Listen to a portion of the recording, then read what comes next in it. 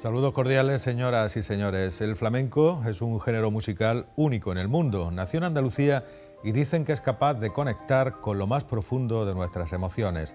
Sus creadores fueron personas perseguidas, marginadas e incluso despreciadas. Ninguno de ellos dormía en sábanas de seda. Se cantaba en las cárceles, en las minas y en las cuevas donde se ocultaban los perseguidos. Hoy, sin embargo, el flamenco es patrimonio cultural de la humanidad. Está presente en nuestras fiestas. Es industria cultural, motor económico y reclamo turístico. Esta noche vamos a hablar del flamenco con Francisco del Cid, estudioso de este arte y autor del libro que les vamos a presentar, El flamenco contado a los niños. Buenas noches, Francisco. Hola, buenas noches. Gracias por acompañarnos. Gracias a vosotros. Bueno, se han escrito un sinfín de libros dedicados al flamenco y este es de los primeros, el primero creo, que se dedica al público infantil.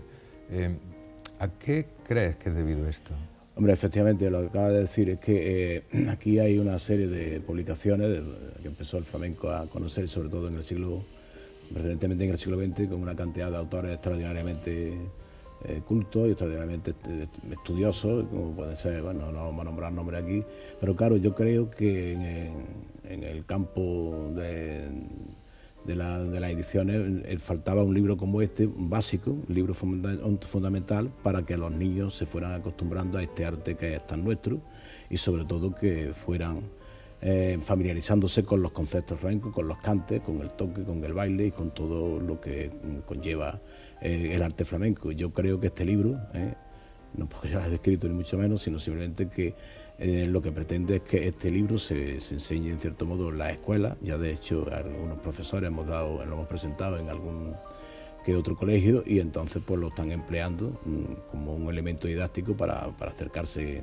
a este arte tan nuestro. Yo creo que cubre un espacio bastante interesante porque este libro, a pesar de que está muy sintetizado porque es imposible en 86 páginas con ilustraciones incluidas, que decir todo lo que concierne al flamenco, pero yo creo que, en fin, que se puede estudiar desde un punto de vista didáctico y la verdad es que yo creo que cumple un cometido porque puede incentivar a los niños y a los que no son tan niños, para que se vayan familiarizando con conceptos habituales del flamenco. Bueno, pues como todavía no nos enseñan flamenco en las escuelas, hoy vamos a jugar a ser un poco niños todos y vamos a conocer algo de este arte del flamenco. ¿De dónde procede la palabra flamenco? ¿Por qué lo llamamos así? Hay muchas versiones, ¿no? Por ejemplo, la que hizo el padre de la patria andaluza, Blas Infante, Flamengus, pues él consideró de que la palabra flamenco era el campesino marginado, el campesino huido, pero lo que ocurre es que después hay otras, como por ejemplo el flamenco y germano, lo asociaban como un tipo marginal de personas y demás, que tampoco eso se ha llegado a comprobar. Flamenco como el pájaro flamenco por la estética del flamenco, que es lo que también el símbolo de la noche blanca del flamenco y demás. Pero en definitiva nadie sabe, porque también los flamencos de Flandes y demás, que es precisamente porque por ser rubio, pues era como una especie de contrapuesto a la imagen del flamenco moreno y demás, podía ser como un tono irónico, pero lo que sí es verdad que es que la palabra flamenco tiene mucho, pero nadie a ciencia cierta puede asegurar de dónde procede la palabra flamenco. Comienzas tu libro diciendo que el flamenco nace en Andalucía y hace referencia a todos los pueblos que han dejado su semilla aquí. Luego hablas de la magia, de que todas esas culturas se sintetizaran, se fusionaran en un arte, en el flamenco. Eso fue un milagro. Por supuesto. Hombre, todo el mundo sabe de que Andalucía es un crisol de culturas. Aquí hemos acogido a muchos pueblos, siempre, ¿no? Aquí han dejado cada uno su impronta, aquí han estado romanos, han estado árabes, han estado cristianos, judíos, entonces, pero lo que sí es verdad que en toda esa amalgama de raza, de cultura, pues resulta que con la esencialidad de nuestra música andaluza, pues al final lo que se ha formado es una música, llamémosle folclore, que es la consecuencia de tanta influencia de razas que han pasado por aquí. Lo que pasa es que el flamenco es, en cierto modo, un grito de dolor, ¿no?, de gente marginada, de gente que, en fin, tuvo una etapa hermética que no se sabe, a partir del siglo XVIII ya empieza a conocerse el flamenco a través de sus intérpretes más significativos, como el Planeta, como el Fillo, como la Andonda. Pero ¿qué ocurre? Que anteriormente pues había una transmisión oral, donde se transmitían los cantes, sobre todo los cantes más primitivos, como puede ser el romance, como puede ser la tonada, como puede ser el martinete, la seguirilla y demás, ¿no? Y entonces todo eso se ha fraguado aquí como consecuencia de la cantidad de culturas que durante tantísimo tiempo pues no han llegado de fuera, ¿no? Entonces el flamenco, según los estudiosos y según parece, pues concretamente como se conoce ahora, pues nace en ese famoso triángulo, donde está Triana, donde están los puertos, donde está Cádiz, donde está Jerez y demás después, aunque eso es una cosa que habría que también discutirla, porque también tenemos aquí, por ejemplo, en Córdoba, tenemos los fandangos de Lucena, tenemos en el Sangre, tenemos Sabiedad de Córdoba, en fin, procedente. Es decir, que cada ciudad, independientemente de que ese triángulo de flamenco pues exista, ¿no?, y haya tenido una influencia determinante en lo que es la concreción de nuestro arte, pero también es verdad que en todos los pueblos de Andalucía, en todas las localidades, pues tienen su peculiaridad, sus características, su forma de ver el flamenco. Huelva con los fandangos de Huelva, Almería con los atarantos, etcétera, etcétera, ¿no? ¿Habría existido el flamenco sin los gitanos? Hombre, yo creo que sí. Lo que pasa es que los gitanos le han dado una capacidad de expresión muy peculiar, ¿no? El flamenco nace en Andalucía. Yo siempre he dicho, hombre, que el gitano ha aportado muchísimo aquí, mucho, ¿no?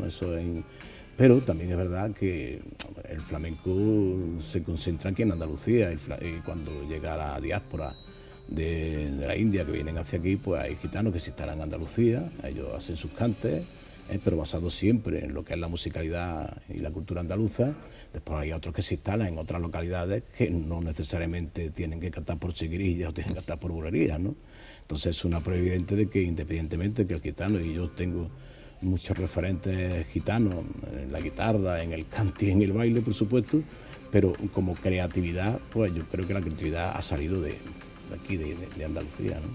Después ellos han aportado, por supuesto, unos matices, como por ejemplo, por poner un ejemplo muy claro, Camarón insustituible, como Manolo Caracol, como Antonio Mairena, como tantos otros, ¿no? Han aportado algo muy diferente al flamenco y sobre todo una capacidad expresiva tremenda, que es lo que en cierto modo, pues, pero claro, apropiarse ese concepto con la exclusividad al gitano es muy atrevido decirlo, ¿no? Pobreza, marginación, cárceles, la oscuridad de las minas. ¿Acercarse al flamenco es acercarse también al dolor? El flamenco es una consecuencia del dolor, ¿eh? En ese tiempo que surge el flamenco, la marginación, ¿sí?, sobre todo de los moriscos, de los gitanos, de la raza oprimida y demás, y la expulsión también de los judíos, por parte de los reyes católicos y demás, pues claro, los que se pudieron quedar aquí formaron como una especie de guetos, donde se intercambiaban sus penas a través del cante y demás, ¿no? Entonces, claro, pues el gitano estaba con el morisco clandestino, con el judío y toda esa mezcolanza de capacidad expresiva de cada cual, pues dio origen a lo que es el flamenco hoy día, ¿no? Entonces, pero siempre el flamenco ha sido de opresión, aunque hoy el flamenco pues tiene una dimensión internacional extraordinaria y, como tú acabas de decir, ha convertido en patrimonio inmaterial de la humanidad, ¿no? Eso tiene un peso tremendo, ¿no? ¿Fueron las del flamenco las primeras canciones protesta de la historia, tal vez? Bueno, el flamenco, vamos a ver, el flamenco no es una canción protesta, ¿eh? Lo dijo Caballero Bonal, nuestro premio Cervantes. El flamenco, el cante es una queja que no tiene destinatario, ¿eh? Es decir, aquí protestar por protestar es un drama intrínseco, un drama interior del propio artista, ¿no?, pero que nunca ha tenido como una especie de reivindicación social. Ahora bien, después ha habido algunos, ¿no?, como por ejemplo el Cabrero hace cosas muy sociales, como por ejemplo el Cabrero, ¿qué otro autor? Bueno, Gerena, al principio Gerena, pero eso, Manuel Gerena, pero ¿qué ocurre? Que eso es una cosa testimonial, ¿no? Eso tiene su influencia en la masa de la gente, porque cuando el Cabrero canta esas letras tan lapidarias y tan impactantes, pues a la gente le levanta, pero no es la esencialidad del flamenco esa, ¿no? Flamenco no, ya digo, que es un drama muy callado que se exterioriza a través del cante y a través del baile, y sobre todo, vamos, a través del cante sobre todo. ¿Por qué? Porque es una forma de exteriorizar una pena que está dentro. Y donde más se plasma eso, por ejemplo, es, para mí, ¿no? Es en la soleá y en la seguirilla, ¿no? Después está la fiesta, con la bulería, que es una otra forma de expresión más lúdica, más de compás, más, la verdad que, pero en fin, que el flamenco como cosa contestataria no se le puede definir al flamenco. Estaba pensando cuando visitas Granada y las cuevas del Sacromonte, que allí eran cuevas donde se refugiaban los gitanos de la persecución, ahora son un paseo turístico magnífico. ¿Qué canciones tuvieron que escucharse en esas cuevas al inicio? Hombre, en el folclore granadino, ahora tú vas a una cueva y la cachucha de Granada, los fandangos de Franquito Yorobuena, hay una bulería, por supuesto, y demás. Yo no sé primitivamente lo que allí, pero me imagino que sería lo que acabamos de hablar, sería por seguirilla, sería por soleá, sería el romance, sería la tonada, los cantes primitivos, ¿no? Después aquello ya, como todo el mundo sabe, se convirtió en un reclamo turístico muy importante, ¿no? Y entonces, pues, las cuevas a la gente no le puede dar constantemente tonada y seguirilla, sino que tiene un aspecto más festero.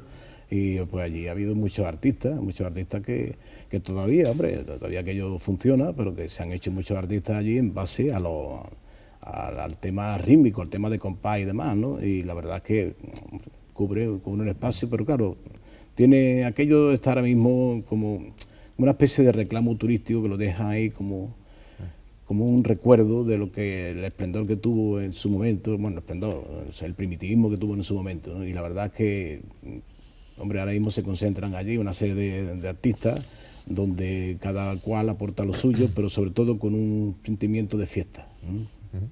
Las letras del flamenco son mucho más complicadas de lo que parece, porque en 3 o 4 versos te cuentan una historia. ¿Es cierto que buena parte de esas letras son anónimas? Sí, las llamadas letras populares, ¿no? Es decir, lo que acaba de decir, ¿no? Que en 3 o 4 versos te cuentan una historia. Ya eso lo decía Lorca, y lo decían muchos autores, y soy uno de los que prodigaron mucho el tema de las letras fue Manuel Machado, el hermano de Antonio Machado, ¿no? Y entonces pues hizo muchas letras que su mayor satisfacción era que cuando estaba en una fiesta privada donde no lo conocía casi nadie, la emoción suya llegaba a su cenit cuando escuchaba una letra de él que la estaba cantando el cantador sin saber que era de él, ¿no? Entonces, pero vamos, es uno de los que después ha habido muchos letreros también, pero sobre todo las letras populares, desde mi punto de vista, son las que más impacto tienen ante el público, ¿no? Porque quieras que no, cuando un autor culto va a hacer una letra así, se le nota. Desde mi punto de vista se le nota. Hay excepciones, pero ya digo que se nota. Y además, ya digo que lo decían autores de la categoría de Lorca, de Alberti, incluso de Machado, ¿no?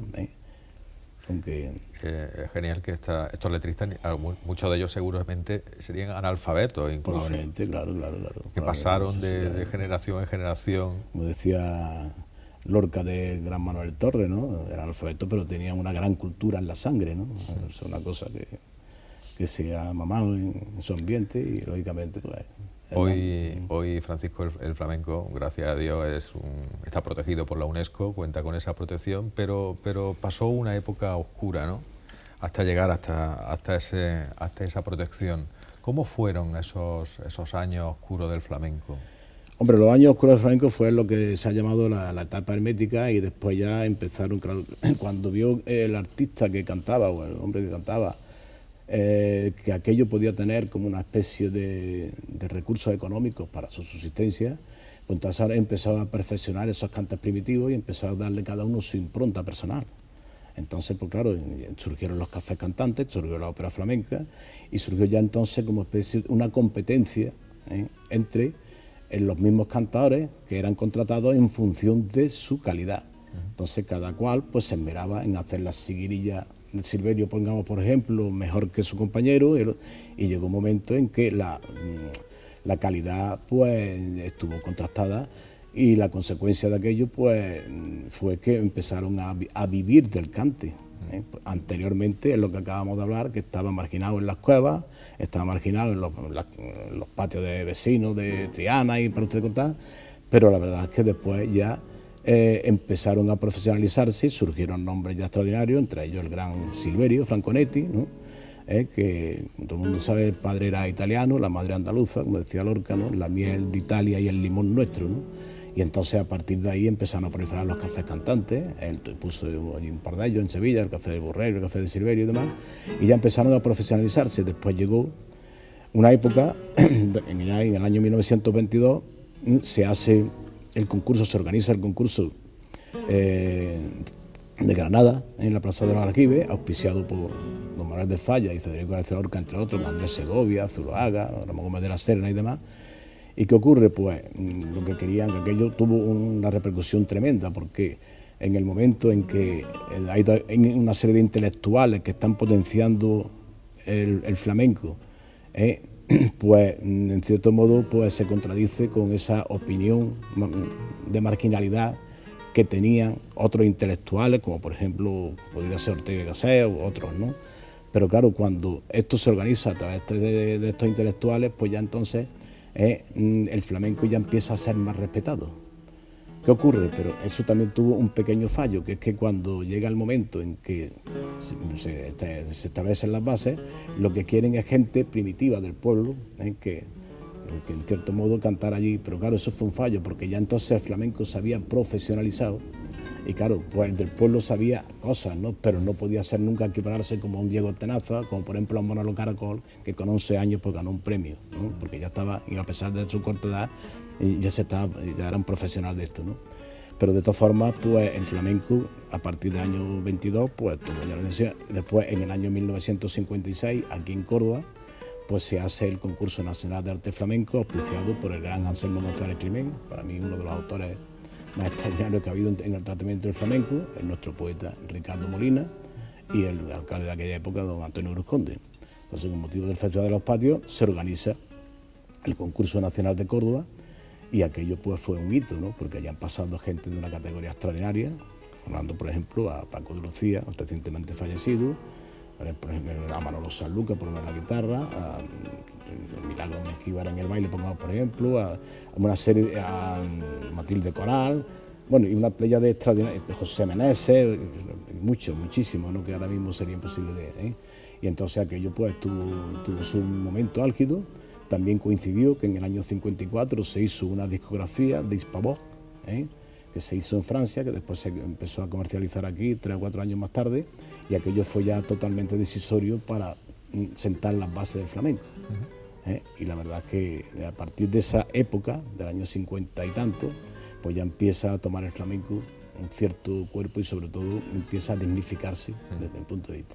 Pero qué curioso, Francisco, que la base del flamenco al principio, en esos primeros años, la mantenían las familias en sus patios, como acabas de mencionar, y que pasaban el cante y el baile pasaba como de padres a hijos, como si fueran secretos, ¿no? Eso por tradición oral, claro, sí, era una forma de queja o una forma de fiesta, pero dentro de un hábitat muy ¿Quién se lo iba a decir, no? Que iba a llegar tan lejos, ¿no? Exactamente, ¿no? Pero claro, cuando ya se comprende lo que es el flamenco, sobre todo la gran expresividad del flamenco, que yo creo, que si el flamenco no tuviera esa gran capacidad expresiva, esa forma de interpretar, yo creo que el flamenco pues no sería lo que es, ¿no? Pero ¿qué ocurre? Que cuando un cantador, un guitarrista, un bailador, una bailadora, van a Japón, pongamos por ejemplo, sin que sea aquello una cultura tradicionalmente flamenca, pero que hay un hilo conductor que parece ser que, hombre, que los mismos sentimientos tiene un japonés, aunque no pueda exteriorizarlo así tan efusivamente como lo hacemos aquí en Andalucía o lo hacemos aquí en España, pero que le llega. Entonces, en la grandeza del flamenco es que se ha reconocido como una de las primeras músicas, como consecuencia, independientemente de su enorme musicalidad, de esa capacidad expresiva, de esa forma expresiva que tiene el flamenco, ¿no? Entonces yo siempre lo digo, un cantador que se aprenda un disco miméticamente y no aporte nada de su personalidad, entonces para mí está perdido.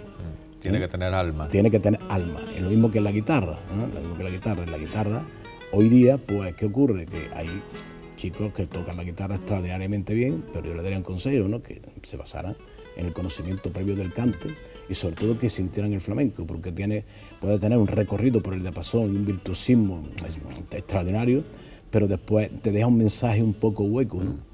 Como consecuencia de que, oye, que si no le estás imprimiendo a eso un alma, que es lo que decía Paco de Lucía. Estamos viéndolo ahora actuar en el Festival de la Guitarra. Ahí lo tiene a Paco.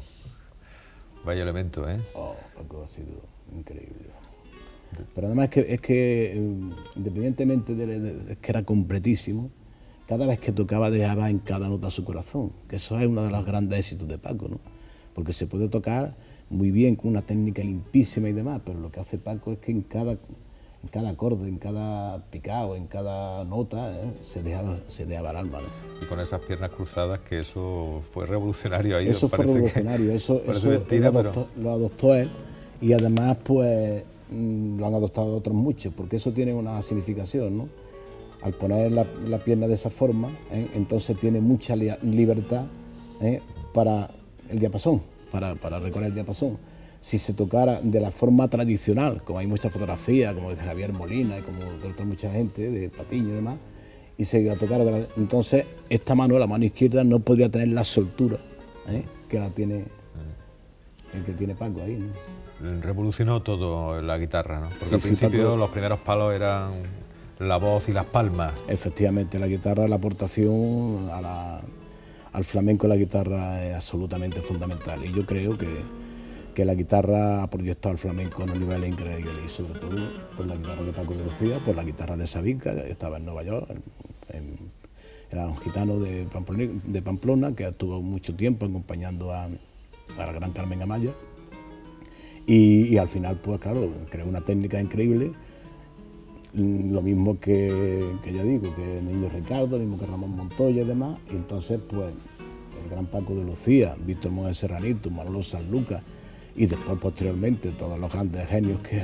hay ahora mismo en la guitarra, como nuestro paisano Vicente Amigo, que hemos comentado antes, pues no tendría sentido si no hubieran existido estos genios, ¿no? Sí, un buen día se junta Paco de Lucía y Camarón de la Isla y forman ahí un terremoto. Eso fue ya un terremoto de los terremotos. ¿Cómo se puede juntar dos genios? Efectivamente, ¿no? Así una casuística, tengo entendido que fue una sala de grabación cuando se conocieron. El padre de Paco de Lucía, Antonio Sánchez Pecino, era una persona que hacía letras, que además proyectó, como decía Don Polen, el plan maestro para Paco.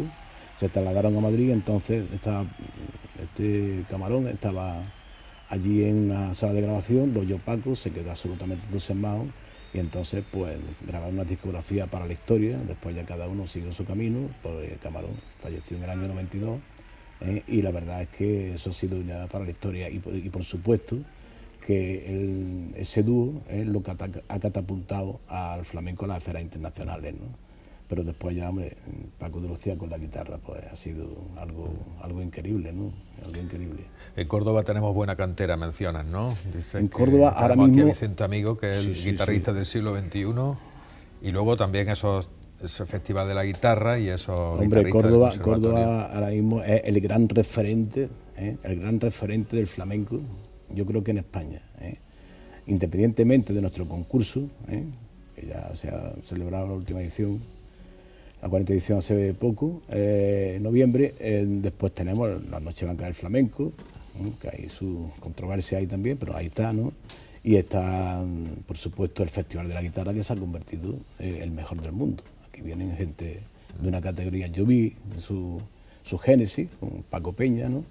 Y trajo precisamente, de los primeros que trajo fue a Gran Sabica, y a Mario Escudero, otro guitarrista también afincado en Estados Unidos, mi amigo de Sabica, y la verdad que ha habido unos nombres que han engrandecido el festival tremendo. Pero independientemente de eso, hay una juventud aquí, flamenca, en la guitarra y en el cante y en el baile, que es digna de elogio, ¿no? En la guitarra ahí está el conservatorio, yo estoy en la Peña Flamenca de Córdoba y ahí hemos llegado a un acuerdo con el conservatorio para hacer unas audiciones, pues con una cierta frecuencia mensual y demás, y allí van, en cada audición van 3 o 4, me he dicho 13 o 14 chicos que tienen una calidad guitarrística tremenda, ¿no? Y entonces, pero aquí Córdoba, vamos, ya digo, tiene una consideración extrema en en lo que es la dignificación de la guitarra Como flamenca. Córdoba es tan callada para todo, no dice nunca nada de lo que le pasa, ¿no? Así nos va. Así nos va. Sí.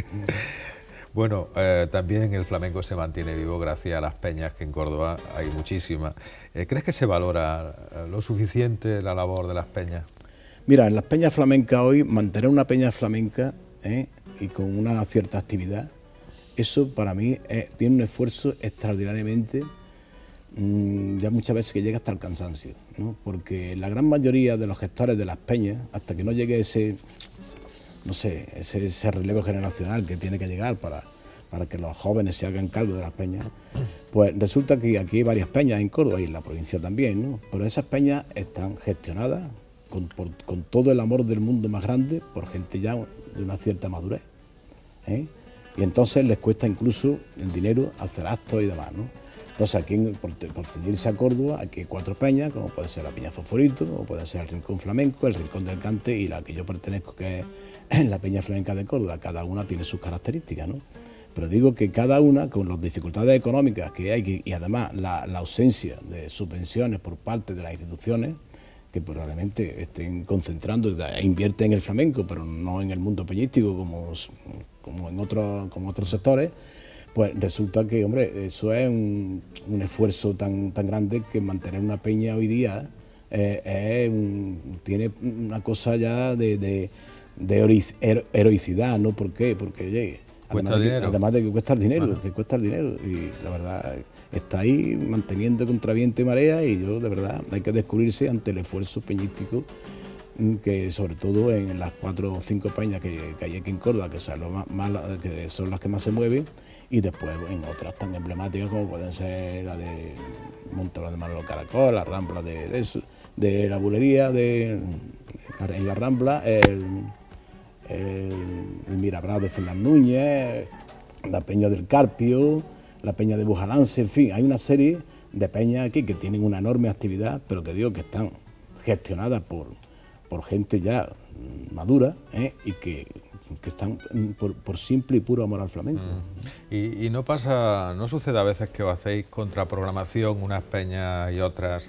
¿No vais un poco cada uno por vuestro lado? Eso es otro, sí. Aquí debíamos de ponernos de acuerdo a través de la federación. Para variar, ¿no? Exacto. Vamos a ponernos de acuerdo para variar un poquito. Ponernos de acuerdo porque es que lo que no procede, que los viernes, por ejemplo, que es un día que generalmente se hacen las cosas, los retiros en las peñas, que haya coincidencias de 3 o 4 peñas, entonces no sabe a dónde acudir, ¿no? Entonces yo creo que deberíamos de reunirnos para programar, ¿eh? Oye, si tú haces el viernes, yo lo voy a hacer el sábado, y si tú lo vas a hacer este viernes, pues yo no lo voy a hacer este viernes. Pero la verdad es que muchas veces no sabe dónde acudir. Al que le gusta el flamenco, pues crea siempre la duda, iré a esta, iré a la otra, iré a la otra. En fin, la verdad es que cada uno la guerra por vuestro lado. Sí, pero eso forma parte, en cierto modo, del individualismo que nos caracteriza, ¿no? ¿Qué vamos a hacer? Somos así. ¿Qué vamos a hacer? ¿Cuál es el cantador que te pone los pelos de punta más deprisa, Francisco? Mucho. Para mí, mi paisano Fosforito, eso para mí ha sido mi referente, pero también he habido otros. Camarón, Manolo Caracol, para mí me encanta, ¿no? Mi amigo, que tenía una gran amistad con él, y la verdad es que lo sentí mucho su desaparición, que era Chano Lobato, y después otros muchos, ¿no? Pero vamos, que Camarón, por supuesto, pero ahora mismo me quedo, en cierto modo, por su fallecimiento hace 2 o 3 años, con Enrique Morente, que para mí ha sido el gran renovador del cante, vilipendiado durante mucho tiempo, y magnificada su figura, pues en los últimos años, ¿no? Ha sido un revolucionario que yo creo que le podía aportar mucho al flamenco, pero desgraciadamente se nos fue. Y la verdad es que ahí hay unas obras que son interesantísimas, y para mí Enrique Morente ha sido fundamental en lo que es la consolidación del flamenco como una cultura universal, ¿no? ¿Has llegado a llorar alguna vez escuchando flamenco? Sí, he llorado. Y me emociona mucho. He llorado, aunque yo soy de lágrimas fácil, pero en cualquier fiesta, incluso privada, pues cuando he visto ahí, el desgarro de un cantador y de la entrega total, pues me he emocionado. Y en un gran escenario también, ¿no? Ese pellizco lo tienen uno y lo... Efectivamente, ¿no? Es que hay unos que nacen con esa... Es que eso es muy difícil de definir, ¿no? Eso, claro, es que el flamenco, por eso, tiene esa consideración, por ese pellizco, por esa forma de transmitir, ¿no? En el momento que lo despojas de eso, ya no se puede considerar flamenco. El flamenco es una queja, como hemos dicho antes, que no tiene destinatario, pero es una queja. Si tú la despojas de esa queja, pues entonces se queda como una música más, ¿no? Y eso pasa en la guitarra, como hemos dicho antes. Si Paco de Lucía, independientemente de su calidad técnica, de su creatividad y de todas las virtudes que poner, no tuviera alma, entonces... No. Pero el alma hay que aprenderla también. Hay que aprenderla, hay que nacer también. Eso, por supuesto, tiene un recorrido, que es lo que hablamos de los chicos jóvenes que se comen la guitarra. También es verdad que les gusta la guitarra, pero no tanto el flamenco. Efectivamente, muchas veces les gusta la guitarra, pero no tanto el flamenco, ¿no? Entonces, para tocar la guitarra flamenca, tienes que hacer un bachillerato, de cante, de baile, de acompañar, que es lo que hizo Paco, lo que han hecho Manolo Sanlúcar, lo que ha hecho Vicente Amigo y lo que han hecho tantísimos, ¿no? Y Víctor Manuel Serranito, por poner así lo más significativo, ¿no? Y entonces, pues la verdad es que no se trata solamente de tocar la guitarra 8 o 10 horas, sino simplemente de que, oye, que tienes que saber las malagueñas del mellizo, que tienes que saber la soleá de Triana, la de los puertos, en fin, cualquier cosa que pueda, no sé, enriquecer tu activo flamenco, ¿no? Pero claro, hoy voy a hacer esto que lo ha hecho fulanito y lo voy a hacer idéntico. Muy bien, me parece muy bien, pero también tienes que saber de cante. ¿Eres optimista con respecto al futuro del flamenco? Sí. Esto ya no hay quien lo pare, ¿no? No, esto no, yo soy muy optimista. Además, yo que llevo toda la vida en esto, me siento muy satisfecho de que el flamenco se ha convertido ahora mismo en un referente musical importantísimo y que está en todos los mejores teatros del mundo. El flamenco contado a los niños. Francisco del Cid, gracias por acompañarnos esta noche y esperamos tus nuevas publicaciones sobre este arte. Vamos a ver, muchas gracias a ustedes por habernos venido, por haberme dejado que planteé mi modesto punto de vista. Otra vez tendrás que venir con la guitarra y tocarnos algo. Después de lo que estamos hablando con estos chavales que se la comen, imagínate. Bueno, pues nosotros vamos ahora con una breve pausa comercial y enseguida regresamos con otras cosas en el Puente de Gales.